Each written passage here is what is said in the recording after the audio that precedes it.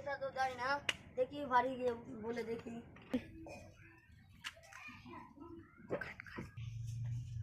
বেটা যেমন গান বুঝতে কেন রে? কি হলো আব্বা? তোর মনে কথাটা খুলে বলতো কি হয়েছে? বলছি বিয়ে দিচ্ছে না, তাতে কি করবো? বিয়ে তো দিয়ে দেব, কিন্তু আমার একটা শর্ত আছে। কি শর্ত? কাম কাজ করে খাইতে পারবি তো? পারবো। চলো বউ দেখতে চলো। ঘটককে ফোন করলো না? বউ দেখতে যাচ্ছ তো ঘটককে ফোন করো। ঠিক আছে। হ্যালো ঘটক দা। হ্যাঁ হ্যালো ঘটক দা, বলছি আমাদের বাড়ি আসো তো। ঠিক আছে আমি যাচ্ছি। ঠিক আছে চলো ঘটক দা। ঠিক আছে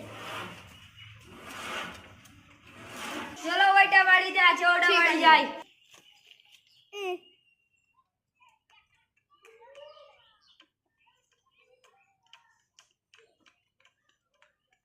মেয়ের বাপ কই আর মেয়েটা কই? ঠিক আছে ডাকছি, দাঁড়াও।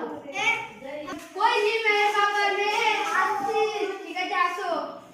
চল ওই রে বেটি, আয় আয় বেটি যা ভাই, এক টাকা বস না বাড়ি যা। চলো চলো ভাই। বিয়ে মশাই, তাহলে বিয়ে ডেটটা ফাইনাল করো। ঠিক আছে তাহলে ঘটক দা, তাহলে বিয়ে ডেটটা ফাইনাল করো। ঠিক আছে দেখছি আগামী শুক্রবারে দিনটা ভালো হবে। ঠিক আছে তাহলে তোর বউটা দেখতে ভালো আছে? ভালো আছে।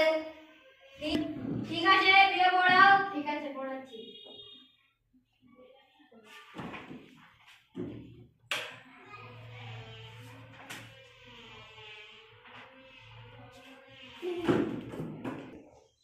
আসলামপুর নিবাসী ইসরায়েলের মেয়ে পিন্থি বিবির সাথে ফাইজ শেখের ছেলের সাথে জুবাইলের বিয়ে।